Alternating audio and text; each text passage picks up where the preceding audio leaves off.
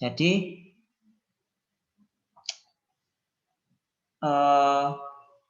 dalam perpajakan itu teman-teman, kita mengenal istilah subjek pajak. Subjek pajak di mana kemarin kita ngomongin wajib pajak ya, berarti orang atau badan yang membayar pajak itu.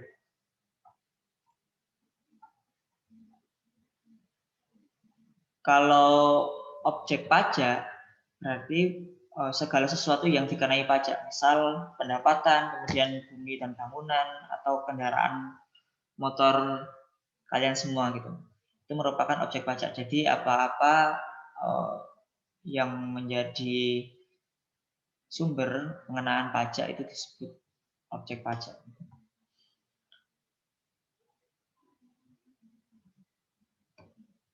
Nah, hari ini kita akan mulai dari tarif pajak.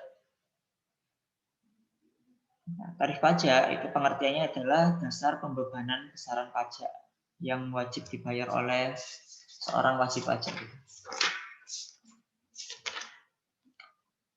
Di dalam aturan perpajakan itu sendiri ada beberapa jenis tarif itu.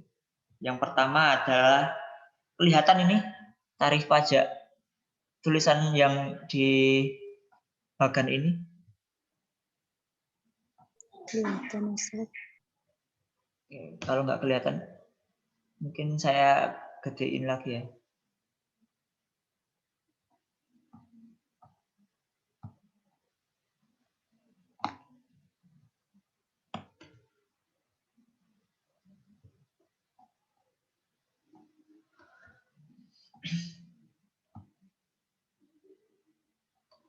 Jadi tarif pajak sendiri itu ada beberapa jenis anak-anak. Yang pertama adalah tarif pajak proporsional.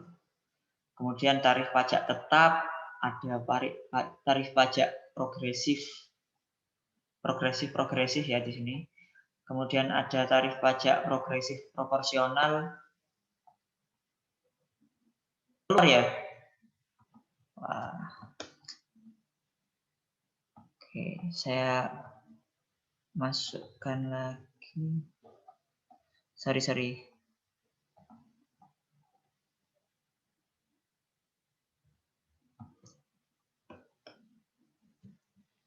Jadi tarif pajak itu ada beberapa jenis. Tadi kan ada tarif pajak proporsional, kemudian tarif pajak tetap, tarif pajak progresif, dan nanti ada tarif pajak regresif. Tarif pajak tetap itu berarti dia pengenaan pajaknya nggak berubah-ubah meskipun objek pajaknya lebih besar nilainya gitu. Contohnya adalah tarif pajak yang kalian lihat ketika kalian melakukan perjanjian atau ketika kalian masuk sini dulu kan ada perjanjian tertulis ya, pakai matra itu. Ya matra itu termasuk salah satu pajak. Di mana pajak yang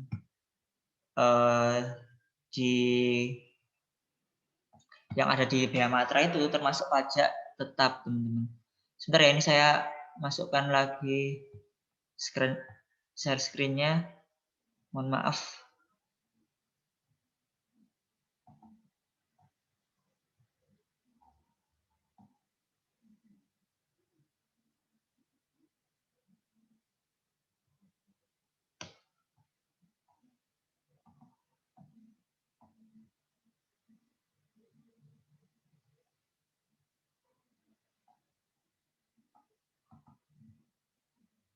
Sambil menunggu, ada yang ditanyakan nggak dari pertemuan kemarin?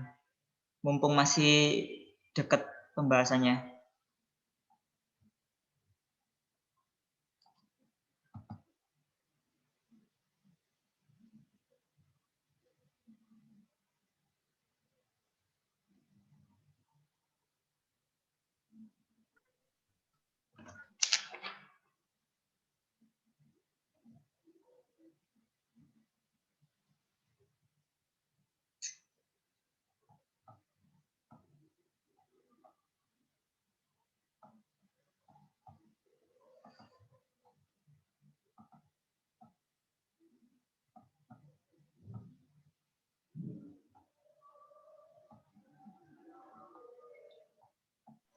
Ustadz, Leni Ya, minta dimasukin, Ustadz. iya sudah. Sorry. Arina pengen ke kamar mandi, Ustadz katanya. Ya izin sendiri lah, izin sendiri ngomong ke saya. Ya. Monggo. Sambil saya mempersiapkan PPT-nya ya. Mohon maaf tadi keluar sendiri, teman-teman.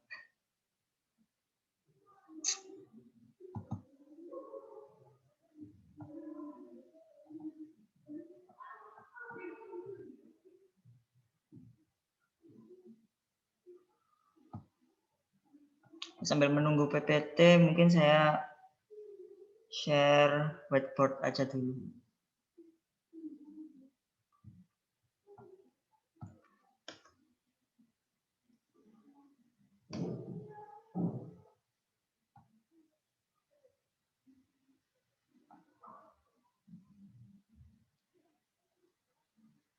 Oke, jadi tadi kan ada kita ngomongin tarif pajak ya.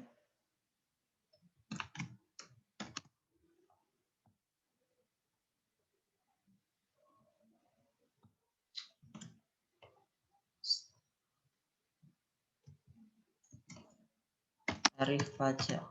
Nah, tarif pajak itu ada beberapa jenis. Dimana tadi yang pertama ada tarif pajak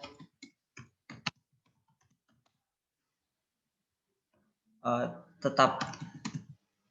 Kemudian ada tarif pajak progresif, proporsional. Kemudian ada tarif pajak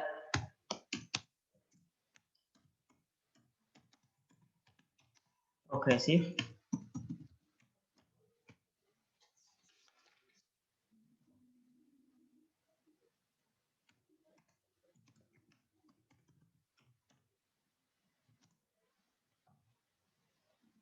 Keempat ada tarif pajak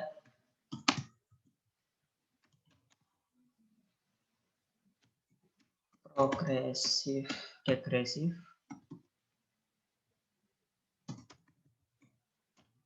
Sama yang terakhir ada tarif pajak regresif. Nah, di pajak-pajak yang diberlakukan di Indonesia ini semuanya hampir ada jenisnya gitu. Nah, contohnya tadi yang tarif pajak tetap, di mana meskipun itu dikenakan oleh objek pajak yang berbeda, namun tarif pajaknya sama. Nah, ini tadi contohnya yaitu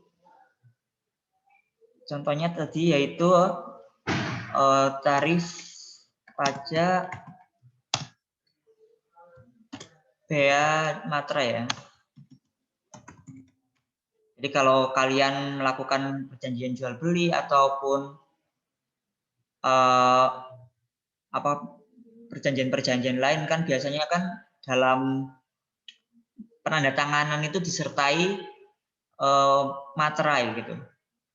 Tujuannya yaitu meningkatkan keabsahan dari perjanjian itu. Selain itu juga dalam perjanjian itu kan juga ada biaya yang dikenakan dan ditarik oleh pemerintah, dan itu biaya materai akan masuk ke kantong pemerintah, teman-teman. Kalau dulu kita mengenal materai 3.000 sama 6.000 ya. Namun per tahun 2021 ini tarif biaya materai 3.000 sama 6.000 itu udah nggak berlaku, teman-teman. Yang ada sekarang adalah tarif tunggal, yaitu 10.000. Jadi di tahun 2021 ini yang dua ini udah nggak ada.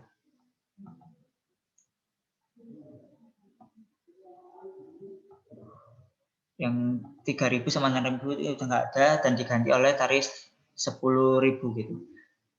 Jadi nanti kalau kalian melakukan perjanjian-perjanjian menggunakan tarif 10.000.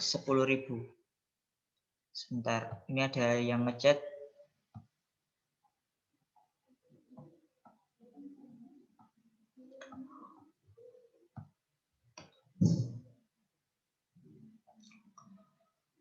Kemudian yang kedua yaitu tarif pajak proporsional. Tarif pajak proporsional ini berarti setiap ada kenaikan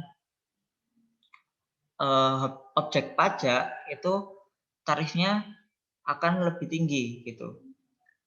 Oke, Maya silahkan. Misal di sini adalah tarif pajak PBB ya, pajak bumi dan bangunan itu kan tarifnya adalah 0,5%. 0,5% dari objek pajak yaitu bumi dan bangunan itu sendiri. Jadi misal rumahnya Maya kan di Surabaya, otomatis harga tanah di Surabaya itu lebih tinggi dibandingkan mungkin rumahnya Ibat yang di Lamongan ya. Berarti dengan kamu rumahnya di mana? Tuban. Ya, sorry. Jadi dengan tarif pajak yang sama 0,5% ketika diberlakukan di Surabaya dengan diberlakukan di Tuban, tadi tarif pajaknya akan berbeda. Misal di Surabaya akhirnya tadi si Maya bayarnya 400.000 gitu dengan luasan tanah yang sama. Kalau Ibat cuma bayar 200.000 gitu. Nah ini berarti tarif pajaknya proporsional. Sebentar, ini udah bisa dibuka teman-teman. Saya share screen ulang. Oke.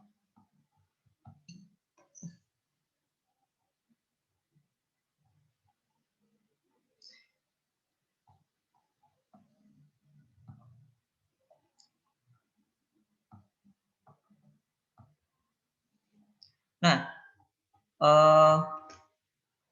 jadi kita ngomongin tarif pajak ya. Udah ngomong tarif pajak tetap, di mana contohnya yaitu tarif bea materai dan tarif pajak proporsional. Tadi contohnya yaitu pajak bumi dan bangunan ya, di mana di situ bentuknya adalah persentase. Jadi kalau tarif pajak tetap ini, berapapun nilai objek pajaknya, kalian bayarnya tetap sama. Kalau tarif pajak proporsional, ketika dengan persentase segitu, ketika objek pajaknya lebih mahal, maka seseorang yang menjadi wajib pajak itu harus membayar lebih banyak lagi. Kemudian yang ketiga yaitu tarif pajak progresif ya. Progresif ini berarti tarif pajak dengan persentase yang makin meningkat ketika objek pajak itu mengalami peningkatan nilai gitu. Misal contohnya pajak progresif pajak penghasilan ya. Jadi misal si Ibat bekerja awalnya dengan gaji 4.500.000 gitu. Dalam setahun dia dikenakan pajaknya sebesar 400.000. Nah, namun ketika si Ibat ini pendapatannya meningkat menjadi 2 kali lipatnya, maka tarif pajak yang dikenakan oleh Ibat ini akan meningkat juga. Nah, nanti mungkin akan lebih jelas ketika kita praktek untuk menghitung ya. Insya Allah minggu depan saya akan ajarkan penghitungan pajak. Ada yang paling penting yaitu pajak penghasilan sama pajak bumi dan bangunan.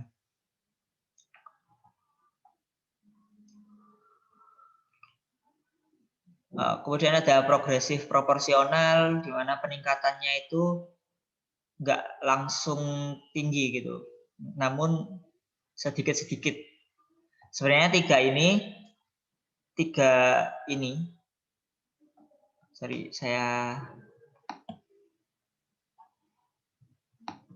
tiga kelompok ini termasuk jenis pajak progresif ya. pajak progresif.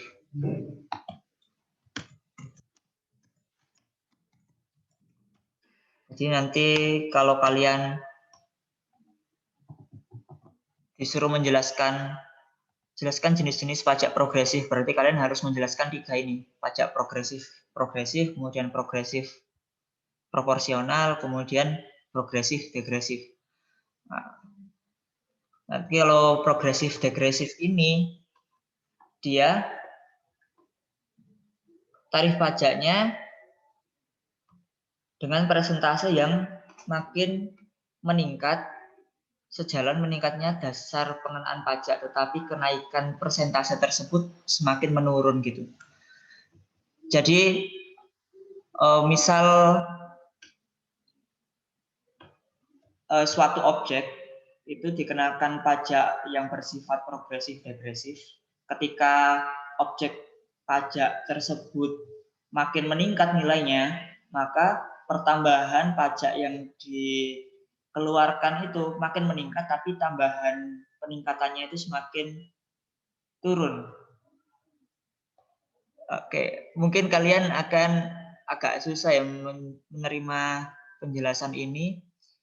Jadi untuk sekarang kalian terima dulu aja. Mungkin minggu depan sekalian saya menjelaskan penghitungan, saya akan memberikan contoh-contoh dari masing-masing pajak progresif ini dan pajak-pajak yang lain gitu.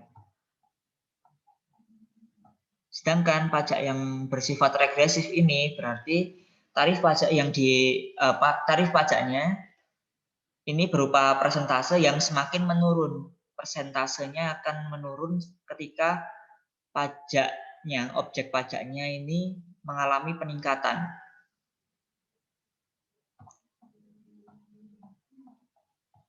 Oke. Minggu depan saya akan menjelaskan ini beserta contohnya. Sebenarnya tadi saya ingin memberikan kalian tugas kasih contoh ini, tetapi ternyata kan saya nilai ini agak susah untuk diberikan tugas. Oke, mungkin minggu depan aja saya lanjut untuk menjelaskan tentang contoh-contoh dari tarif pajak ini, dan juga sekaligus saya akan menjelaskan tentang penghitungannya.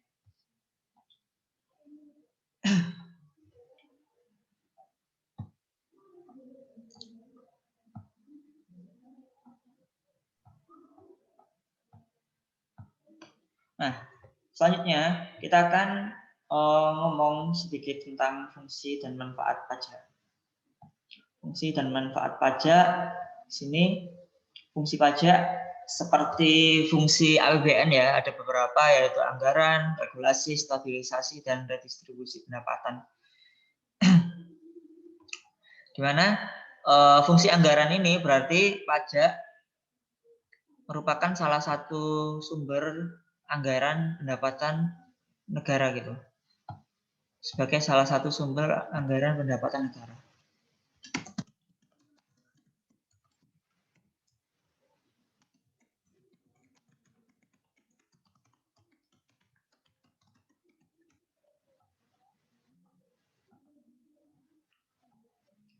Dimana minggu kemarin kita udah ngomongin ya, kalau 70-80% dari pendapatan di Indonesia itu berasal dari pendapatan pajak. Makanya di sini fungsi pajak salah satu yang utama yaitu fungsi anggaran. Kemudian yang kedua yaitu pajak sebagai fungsi regulasi. Regulasi atau di sini sebagai pengatur dalam perekonomian.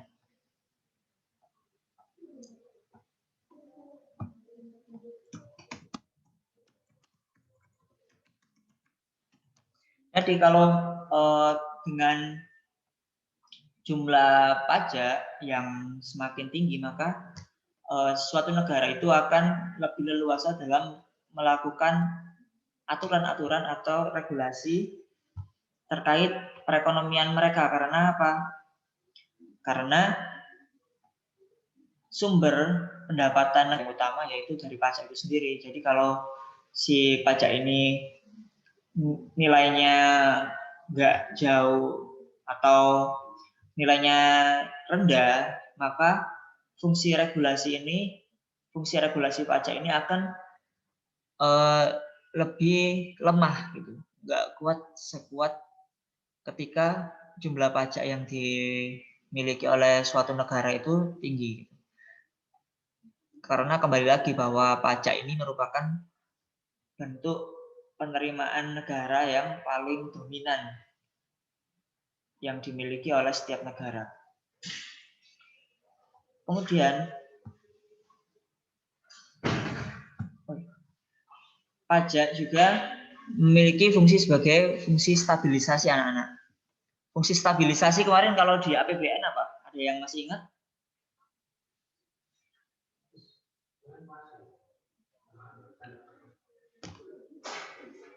Ada yang masih ingat nggak fungsi stabilisasi kalau di APBN kemarin apa?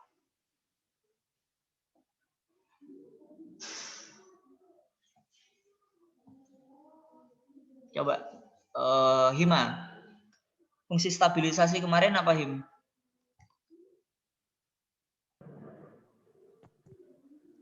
Saya.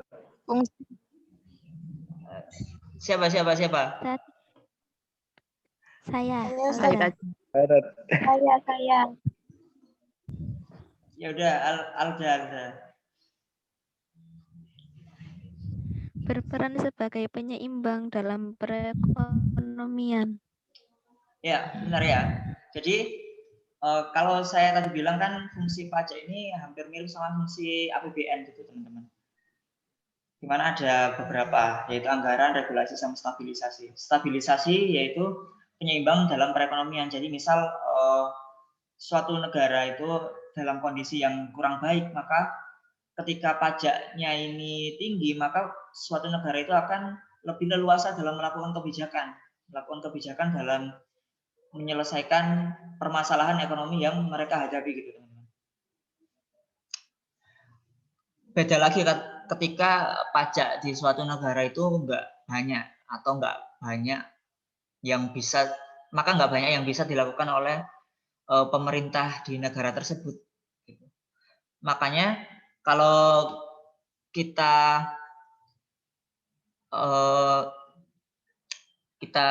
lihat di mana-mana, di TV ataupun di media-media online maupun di jalan-jalan gitu kan, banyak kampanye atau iklan layanan masyarakat yang menekankan pentingnya pajak gitu, lapor SPT dan lain-lain gitu. Karena PR dari pemerintah agar APBN-nya bisa bagus dan juga dalam melakukan kebijakan ini nggak terbatas gitu, yaitu meningkatkan jumlah pajaknya, karena pajak ini nggak pakai imbal hasil gitu loh. Kalau kita utang banyak-banyak kan nanti juga kita harus bayar utangnya dan juga bayar bunganya dan lain-lain. Kalau pajak ini kan jelas dari masyarakat untuk kepentingan negara gitu.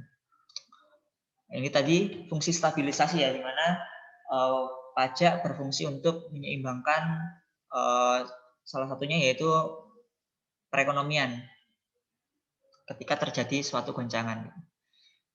Yang keempat yaitu fungsi redistribusi pendapatan.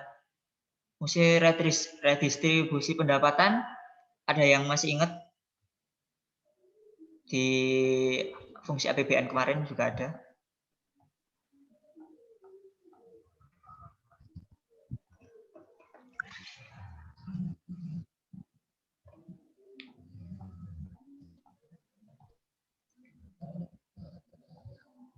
Said?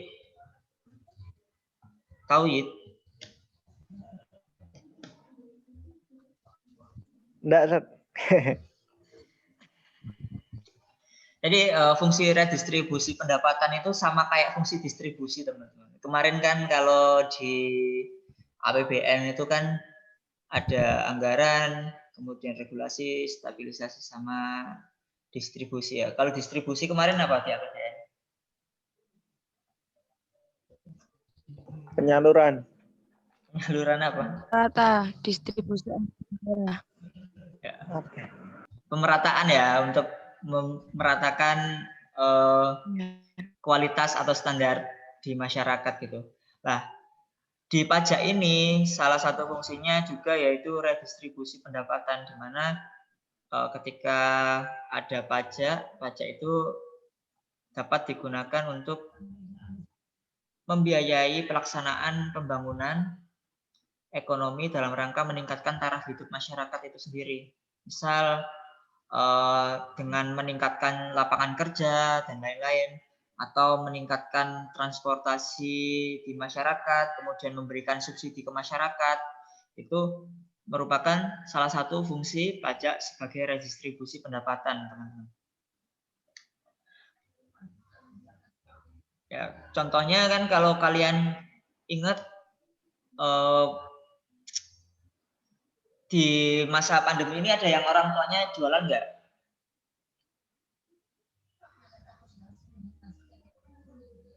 Di kelas ini ada yang orang tuanya jualan, ya entah jualan toko ataupun jualan warung gitu?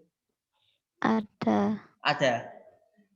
Ada yang dapat bantuan dari desanya untuk sebagai insentif selama pandemi ini, teman-teman. Kebetulan orang tua saya juga jualan dan orang tua saya dapat. Nah, ini juga merupakan salah satu bentuk redistribusi pendapatan, di mana uangnya salah satunya yaitu bersumber dari penerimaan negara, yaitu pajak. Kalau belum dapat yang anak-anak yang ini ya, yang orang tuanya seorang pedagang, kalau belum dapat bisa lapor ke kepala desa atau kantor desa biar diajukan, karena itu adalah hak orang tua kalian sebenarnya.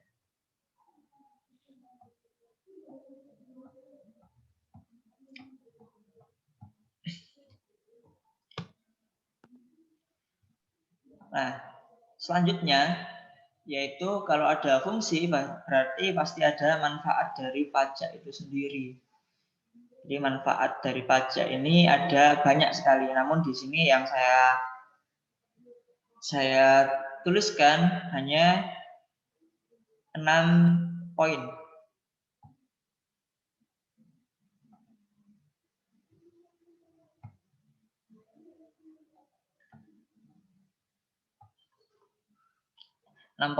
Di mana yang pertama yaitu pajak berkontribusi sebagai salah satu sumber utama pendapatan negara. Jelas ya, ini udah saya omongkan berkali-kali lipat.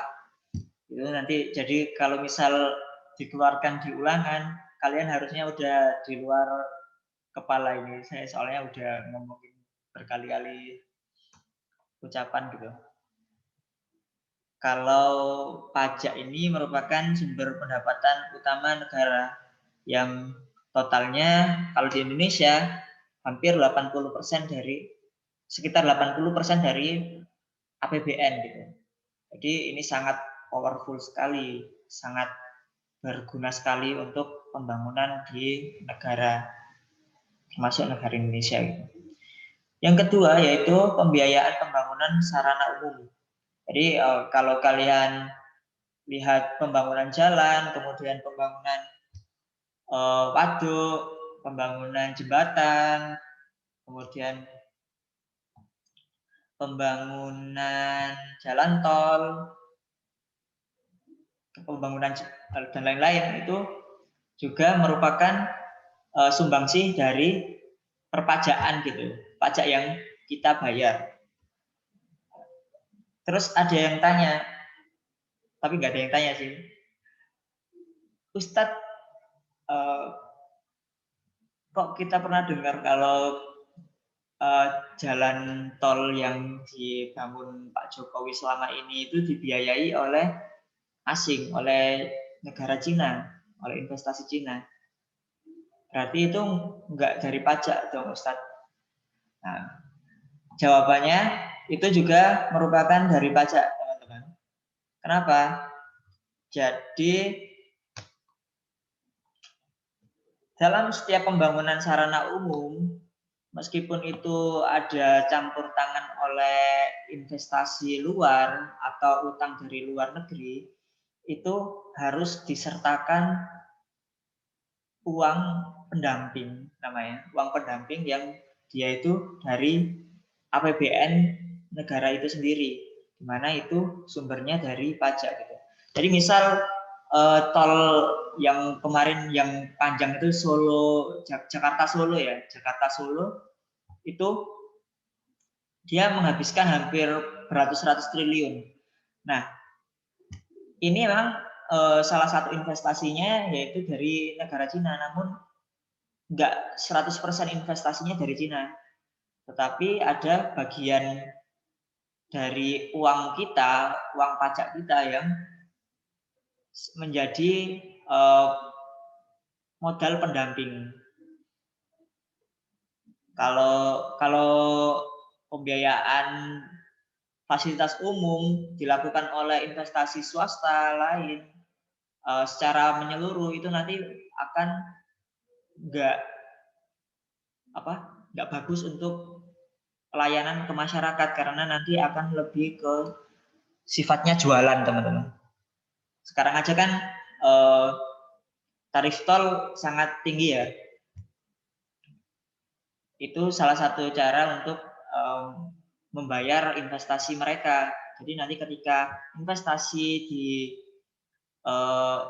yang ditanam oleh mereka tadi udah terbayar, maka nanti bisa digratiskan kalau itu. Seperti contohnya yang terjadi di Suramadu sekarang ya. Ada Dayat atau ini enggak? Dayat atau Izatus? Ada. Nah, ya Izatus. Kalau dulu kan Izatus kalau ke Surabaya naik Suramadu itu bayar apa enggak?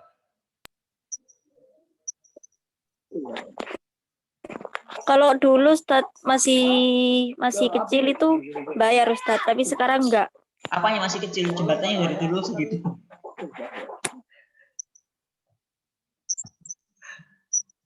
Waktu Izatus kecil maksudnya. Aduh, ini loh Ustadz, dulu kan saya kan bayar, masih kecil itu kan juga sering ke Surabaya ke rumah. Ya, maksudnya tak kirain jembatannya yang waktu kecil. Tak kirain jembatannya yang kecil gitu. Oke, iya benar. Sekarang masih bayar, Tat. Enggak. Saya kemarin habis dari Dekat Sinjai, guys. Enggak bayar kok. Kalau lewat pelabuhan.